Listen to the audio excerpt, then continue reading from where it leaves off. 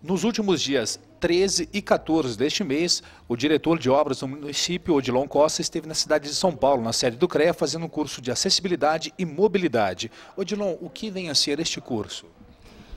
Anderson, isso daí é uma iniciativa que partiu de um convênio entre o CREA e a Prefeitura de São Paulo, através da Secretaria Municipal da Pessoa com Deficiência e Mobilidade Reduzida.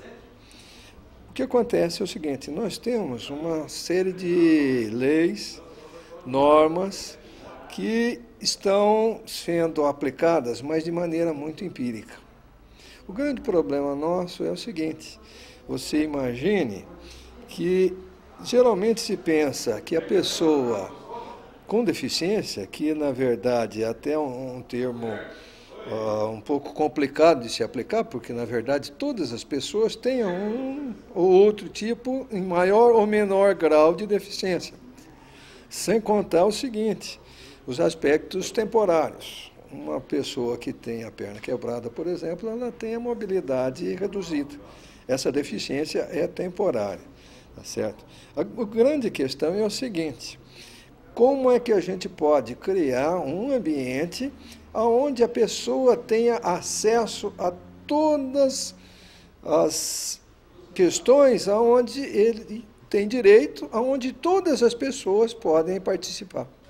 Tem algumas coisas que são imperceptíveis para as pessoas que não têm deficiência, para outras pessoas, de repente, isso causa um problema bem grande. Por exemplo, uma maçaneta, que para um certo tipo de deficiência é necessária uma maçaneta especial, ou seja, que não seja uma diferenciada. Sim, veja, o problema maior nosso é o seguinte: nós, como engenheiros e arquitetos, nós seguimos padrões de dimensionamento. É um livro famoso, o Neufert, que é o sonho de consumo de todo estudante dessa área.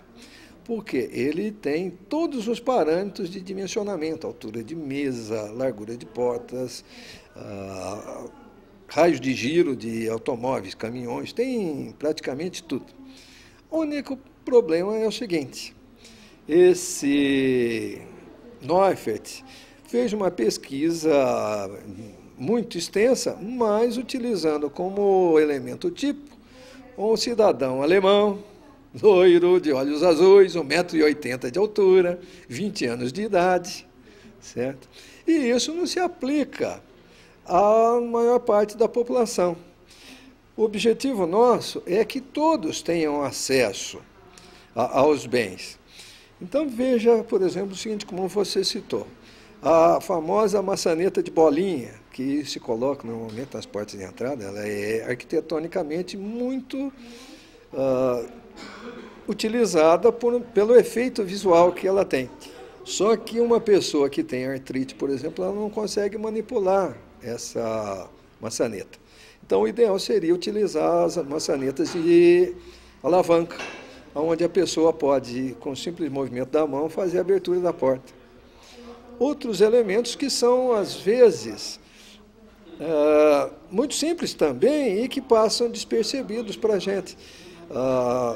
Às vezes se coloca nos corredores de trânsito, ou mesmo até em calçada, é um hábito até aqui no Pinhal, principalmente em fim de ano, colocar vasos nas calçadas, né, nos corredores.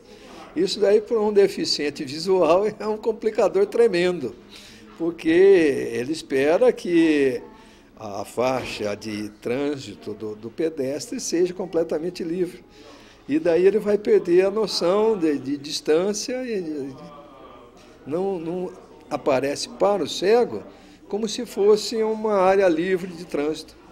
Certo. Ainda fazendo referência ao que você disse, por exemplo, uma construção ou alguma loja, qualquer coisa que esteja obstruindo essa calçada, a quem cabe o poder de fiscalização? Veja, a questão é um pouco complicada, porque o hábito nosso é exatamente fechar a calçada com tapumes, colocar material de construção. Isso, mais do que uma questão legal, né, porque o tapume, por exemplo, ele não poderia ocupar mais do que metade da calçada, Por bom senso também, o proprietário não deveria colocar areia e assim por diante. E, nesse caso, o poder de fiscalização é da prefeitura, mas ele torna-se inviável, dado o grande volume. É exatamente o que eu falei para você. Hoje nós temos uma situação onde a gente precisa até premiar quem está certo, porque seria virtualmente impossível de você entrar com multas, porque praticamente 100% dos eventos estariam fora desse caso. Então seria, já nesse primeiro momento que a gente está trazendo o problema à baila, que a nossa população se conscientizasse de como deve proceder e pensar mais nesses aspectos, principalmente não esquecendo o seguinte, que o próprio